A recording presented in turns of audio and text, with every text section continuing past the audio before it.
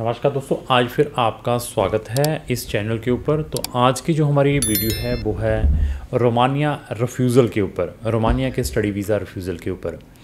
अभी ऐसा है कि हमें कुछ बच्चे कांटेक्ट कर रहे हैं, एक हमारी कंपनी का भी वीज़ा रिफ्यूज़ हुआ है रोमानिया का। इवन जिन बच्चों के रोमानिया से वीज़ाज़ रिफ्यूज़ हो रहे हैं, जिन्होंने रोमानिया में पढ़ने के लिए जाना है, तो कुछ बच्चों ने मुझे अप्रोच की हैं जिन्होंने आइदर अपने लेवल पर या अनदर कंसल्टेंटों के थ्रू रोमानिया में आइदर एमबीबीएस या जनरल स्टडीज़ के लिए अपने वीज़ाज़ अप्लाई किए थे। उनको कुछ बच्चों को रिफ्यूज़ल्स देखने को मिली हैं। ऐसा है कि रोमानिया में मैंने फिर बताया था कि हमारे आई थिंक 25 से 25 to 30 केसेस हैं जिनके वहाँ से इन्विटेशन आ चुके हैं। 6 वीज़ाज़ ऑलरेडी अप्रूव्ड होकर आ चुके हैं और बहुत सारी फाइलें एम्बेसीज़ में कुछ सबमिशंस के लिए वेटिंग कर रही हैं, उनकी डेटें हमने ले ली हुई हैं। एक बच्चे का रिफ्यूज़ड भी हुआ है, पिछले वीडियो में भी मैंने डिस्कस किया था। वो जनरल स्टडीज़ के लिए बच्चा वहाँ पे जा रहा था। तो रोमानिया में जाने से पहले हमारी नंबर ऑफ़ वीडियोज़ हैं, चाहे आपने स्टडी इन रोमानिया है, एमबीबीएस रोमानिया है, सक्सेस स्टोरीज ऑफ रोमानिया है, तीनों के लिंक मैंने डिस्क्रिप्शन बॉक्स में लगाए हैं। उन वीडियोज़ को ज़रूर देखें। देखने के बाद फ्री में नॉलेज लें, उसके बाद अपना डिसीज़न लें। आप किसी भी कंट्री के नेशन हैं, रोमानिया में हायर स्टडीज़ के लिए जाना चाहते हैं तो क्राउन इमिग्रेशन की भी गाइडेंस ले सकते हैं।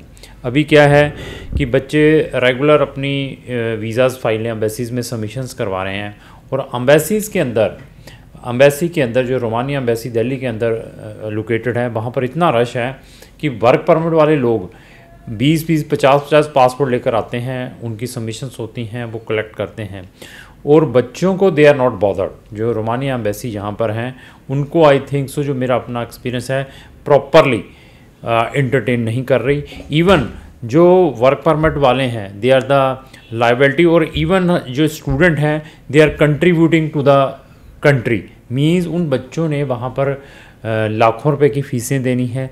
इवन कुछ बच्चे 6-6 साल वो रेगुलर फ़ीसें देंगे। ऐसी बहुत सारी चीज़ें हैं कि बच्चों को उनको प्रायोरिटीज़ देनी चाहिए। और मैं फिर उन लोगों को, उन बच्चों को इनवाइट करना चाहता हूं, उन बच्चों को मैं रिक्वेस्ट करना चाहता हूं कि जिनके रोमानिया के स्टडी वीज़ा रिफ्यूज़्ड हैं, वो फर्दर ऑप्शन चाहते हैं कि हम अपील के लिए जाएं, या रीअप्लाई करें, या कंट्री को चेंज करें। तो अगर आप हमारा ओपिनियन लेना चाहते हैं तो आप हमें इमीडिएटली कॉन्टैक्ट करें। जितना मैक्सिमम से मैक्सिमम डाटा हमारे पास होगा उतनी बेस्ट से बेस्ट हम आपको गाइड करने की कोशिश करेंगे। आपका केस फर्स्ट टाइम रिफ्यूज़्ड हुआ होगा, आपने फर्स्ट टाइम रिफ्यूज़ल के बाद सिचुएशंस देखी होंगी, लेकिन हमने नंबर ऑफ़ ऐसे केसेस देखे हैं। हमें अभी मालूम है कि किस वे से इनकी रिप्रेजेंटेशंस तैयार करके एम्बेसी में दोबारा सबमिशंस करवानी है और बच्चों को क्या कॉन्फिडेंस देना है, बच्चों को किस वे से प्रिपेयर करना है जब उन्होंने एम्बेसी में सेकंड टाइम सबमिशंस के लिए जाना है, तो वहाँ पर क्या क्वेश्चनिंग हो सकती है और आपने उनका कैसे रिप्लाई देना है। तो रोमानिया में अगर आपका न्यू एडमिशन भी आया हुआ है, आप हमारी पार्ट में सर्विस चाहते हैं वीज़ा फाइलिंग के लिए, कोई वीज़ा अपॉइंटमेंट में दिक्कत आ रही है, कोई डॉक्यूमेंटों में दिक्कत आ रही है, आपकी एप्लीकेशन वैलिडेट नहीं हो पा रही, आपका वीज़ा भी रिफ्यूज़ है, आपको ये पता करना है कि वीज़े का स्पेसिफिक रीज़न क्या रहा है रिफ्यूज़ल का, उसके बारे में भी हम आपको गाइड कर सकते हैं। क्योंकि उन्होंने एक छोटे से पैराग्राफ के अंदर कुछ आर्टिकल नंबर लिख देते हैं, उसके बाद बच्चे पेरेंट्स बहुत ज़्यादा कंफ्यूज हो जाते हैं इस आर्टिकल के अंदर है क्या। तो एम्बेसीज उनको बताती नहीं है कि सर रीज़न बताएं, दे आर टेलिंग कि please read on the refusal letter. तो ऐसे बहुत सारे जो बच्चे हैं, पेरेंट्स हैं, कंफ्यूज हो जाते हैं। तो फंड्स कैसे दिखाने हैं जब आपने रोमानिया का स्टडी वीज़ा अप्लाई करना है, आपके डॉक्यूमेंट कितने टाइम तक वैलिड होने चाहिए, आइदर वो पीसीसी है, पोस्टल है, डेट ऑफ बर्थ सर्टिफिकेट है, ये सारी की सारी चीज़ें क्राउन इमिग्रेशन अपने प्रोस्पेक्टिव स्टूडेंट्स के साथ शेयर करता है। कवरिंग लेटर आपने कैसे प्रिपेयर करना है, ये ऐसा बहुत सारा मटेरियल है हमारे पास जो हम अपने स्टूडेंट्स के साथ शेयर करते हैं।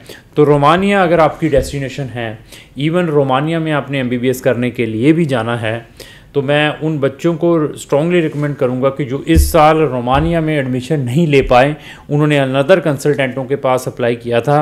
इवन मेरे पास 6 से 7 केसेस ऐसे हैं, 6 to 7 केसेस ऐसे हैं जिन बच्चों ने अनदर कंसल्टेंटों के थ्रू अप्लाई किया था रोमानिया का MBBS का एडमिशन, इवन उन कंसल्टेंटों को ये नॉलेज नहीं थी कि कौन से डॉक्यूमेंट हमने पोर्टल के ऊपर अपलोड करने हैं for the purpose of admission.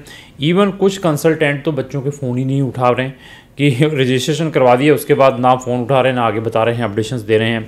Even कुछ बच्चों के एडमिशन्स में भी रिजेक्शंस आई हैं जिन्होंने अनदर कंसल्टेंटों के थ्रू अप्लाई किया था। ये सारे के सारे जो बच्चे हैं हमें कॉन्टैक्ट करें। आपकी प्रोफाइल देखने के बाद मैं बेस्ट गाइड कर सकता हूं कि आपके लिए क्या बेटर रहेगा। रोमानिया में ग्रंटेड एक वर्ड यूज़ है, ग्रंटेड MBBS का एडमिशन चाहते हैं तो अगर आप ग्रंटेड MBBS का एडमिशन चाहते हैं, आपकी प्रोफाइल असेसमेंट बहुत ज़रूरी है। ये प्रोफाइल असेसमेंट वही कंसल्टेंट कर सकता है जो रोमानिया को पिछले लंबे समय से डील कर रहा है। मैंने रोमानिया को आई थिंक 5 to 6 ईयर का एक्सपीरियंस है स्पेशली MBBS के बारे में। इवन उससे पहले भी हम जनरल स्टूडेंट्स वहाँ पर भेजते रहे हैं। तो आपकी प्रोफाइल असेसमेंट करने के बाद हम आपको बता सकते हैं कि आपका वहाँ की जो बेस्ट पब्लिक यूनिवर्सिटीज़ हैं कहाँ से एडमिशन गारंटेड आ सकता है और आपको रोमानिया का एडमिशन है किस टाइम अप्लाई करना चाहिए। ऐसी बहुत सारी इन्फॉर्मेशन है क्राउन इमिग्रेशन के पास। अगर आप इसको इनकैश करना चाहते हैं तो आप हमारा भी ओपिनियन ले सकते हैं। मैं रोमानिया में ही बच्चों को MBBS के लिए नहीं भेजता। मेरे पास 16 to 17 कंट्रीज़ हैं फॉर मेडिकल प्रोग्राम्स। वो कौन कौन सी कंट्री है जो जहाँ पर जो यूरोपियन यूनियन या शेंगन कंट्री है, एक मेरी वो PDF फाइल है जिस PDF का लिंक भी मैंने डिस्क्रिप्शन बॉक्स में लगाया है। वहाँ जाकर आप हमारी बहुत सारी की सारी इन्फॉर्मेशन ले सकते हैं कि यहाँ पर हम बच्चों को मेडिसिन के लिए भी भेजते हैं। तो मैं फिर बताऊँ, जो बच्चे वहाँ पर ग्रंटेड एडमिशन लेना चाहते हैं वो हमें इमीडिएटली कॉन्टैक्ट करें नेक्स्ट ईयर के लिए। नेक्स्ट ईयर के लिए कब अप्लाई करना चाहिए? फेब में अप्लाई करना चाहिए, मार्च में? कौन सी ऐसी यूनिवर्सिटी हैं जो फेब मार्च में ओपन हो जाती हैं और वो जो यूनिवर्सिटीज़ है फर्स्ट कम फर्स्ट सर्व के बेसिस के ऊपर बच्चों को एडमिशन्स देती हैं। ये सारे के सारी जो इन्फॉर्मेशन है आप हमसे ले सकते हैं। तो लास्टली मैं ये भी बता दूं कि मैं रोमानिया में जितना एक्सपर्टाइज हूँ तो ऐसे ही मुझे 100 कंट्रीज़ का नॉलेज है जिसको आप इनकैश कर सकते हैं। इवन आप हमारी service online buy sitting anywhere ले सकते हैं, कोई ओरिजिनल डॉक्यूमेंट नहीं है। हमारी मिनिमम फीसेस एडवांस में 15,000 रुपये सिर्फ, और बाकी हमारी फ़ीस है जब बच्चे का वीज़ा ग्रांट होता है उसके बाद लेते हैं। एडमिशन के बाद भी 15,000 लेते हैं, 15 पहले 15 एडमिशन के बाद, बाकी सारी की सारी वीज़ा ग्रांट होने के बाद है जिन बच्चों ने MBBS स्पेशली यूरोपियन कंट्रीज से करनी है। Thank you.